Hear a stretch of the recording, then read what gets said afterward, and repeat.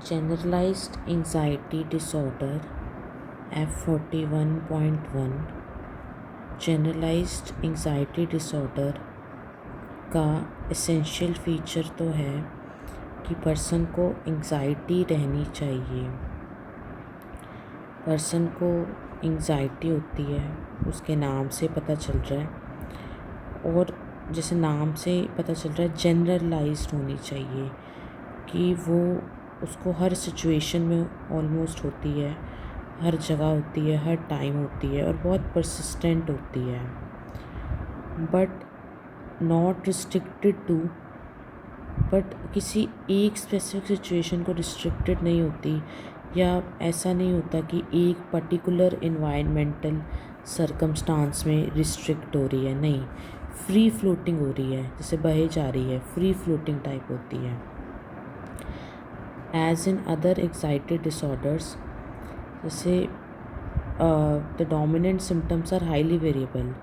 अब दो लोग हैं, दोनों को जनरलाइज्ड एंग्जाइटी डिसऑर्डर्स है, तो उनका सिम्टम अलग होगा, उनके अलग अलग प्रीडोमिनेटिंग सिम्टम्स होंगे, बट कॉमनली ये कंप्लेंट्स आती है कि लगातार कॉन्टीन्यूस फीलिंग्स ऑफ नर्वसनेस, कि लगातार नर्वसनेस हो रही है, या हाथ कांप रहे हैं, ट्रेम्बलिंग हो रही है, या फिर मस्कुलर टेंशन, मसल्स टेंस्ड है, मसल्स को मतलब टच करने से पता लग जाएगा कि बहुत टेंस्ड है, स्वेटिंग हो रही है, पसीना बह रहा है, लाइट हेडेडनेस हो रही है, शैलो ब्रीदिंग, या फिर फास्ट ब्रीदिंग की वजह से लाइट हेडेडनेस हो रही है, मतलब पैल्पिटेशंस हो रही है, हार्ट रेट बहुत तेज़ तेज़ धड़क रहा है, डिजीनेस हो रही है, चक्कर आ रहे हैं, और एपीगैस्ट्रिक डिस्कम्फर्ट, कुछ गैस्ट्रिक डिस्कम्फर्ट हो रहा है। ये सारी चीज़ें कॉमन हैं। fears that the sufferer or relative will shortly become ill or have an accident are often expressed। और पेशेंट को ये भी बहुत फियर रहता है कि वो खुद या फिर उसका कोई रिलेटिव बहुत जल्दी बीमार पड़ जाएगा या एक्सीडेंट हो जाएगा, ऐसा एक्सप्रेस करते हैं वो। और तरह की भी वरीज होती है, वरीज किसी भी तरह की हो सकती है, फैमिली से रिलेटेड, मनी से रिलेटेड, हेल्थ से रिलेटेड। ये डिसऑर्डर ज़्यादा वुमेन में पाया गया है, और ऑफन क्रॉनिक इन्वायरमेंटल स्ट्रेस, जहाँ पे इन्वायरमेंटल स्ट्रेस क्रॉनिक है, चले जा रहा है लंबे टाइम से, वहाँ पे ये ज़्यादा पाया गया जनरलाइज्ड एंग्जाइटी डिसऑर्डर। इसका कोर्स वेरी करता है, कोर्स इसका ऐसा नहीं है एक सेम है, पर ज़्यादा इसका कोर्स जो है फ्लक्चुएटिंग और क्रॉनिक है, मतलब या तो मतलब इसका एपिसोडिक नहीं होता, जैसे पैनिक डिसऑर्डर या डिप्रेशन में एपिसोडिक होता है, इसका क्रॉनिक है, लगातार चल रहा है, या ज़्यादा से ज़्यादा थोड़ा सा फ्लक्चुएटिंग हो जाएगा, थोड़ा ऊपर नीचे। और इसकी डायग्नोस्टिक गाइडलाइंस क्या है? जो सफ़रर है उसको एंग्जाइटी के प्राइमरी सिम्टम्स होने चाहिए, और मोस्ट डेज में होने चाहिए, for at least several weeks at time and usually for months.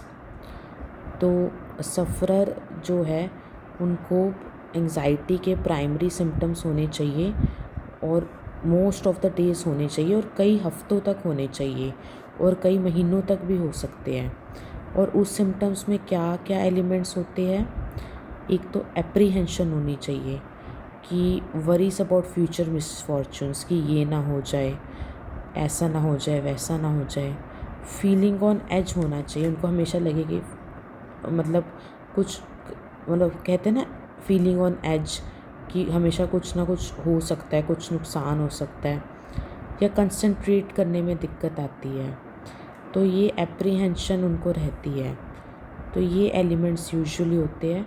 Motor tension भी रहती है, रेस्टलेस फिजिटिंग, पैर बार बार हिलना होगा, हाथ बार बार हिलना होगा, टेंशन, हेडेक्स हो गए, ट्रेम्बलिंग होगी, घबराहट के कारण हाथ कांपेंगे, रिलैक्स नहीं कर पाएंगे, और ऑटोनॉमिक ओवर रिएक्टिविटी भी होती है, कि लाइट हेडेडनेस हो गई, स्वेटिंग हो गया, पसीना आना, टैकीकार्डिया हो गया, हार्ट रेट बढ़ गया, एपिगैस्ट्रिक डिस्कम्फर्ट हो गया, डिजीनेस हो गई, ड्राई माउथ हो गई।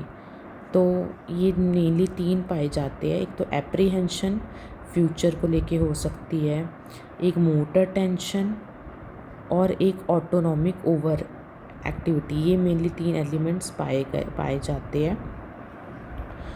और चिल्ड्रन में जो बच्चों में जनरलाइज एंजाइटी डिसऑर्डर होता है, उनमें उनको फ्रीक्वेंटली रीअश्योरेंस चाहिए होती है, चाहे थ्रू पेरेंट्स या प्राइमरी केयर गिवर्स से।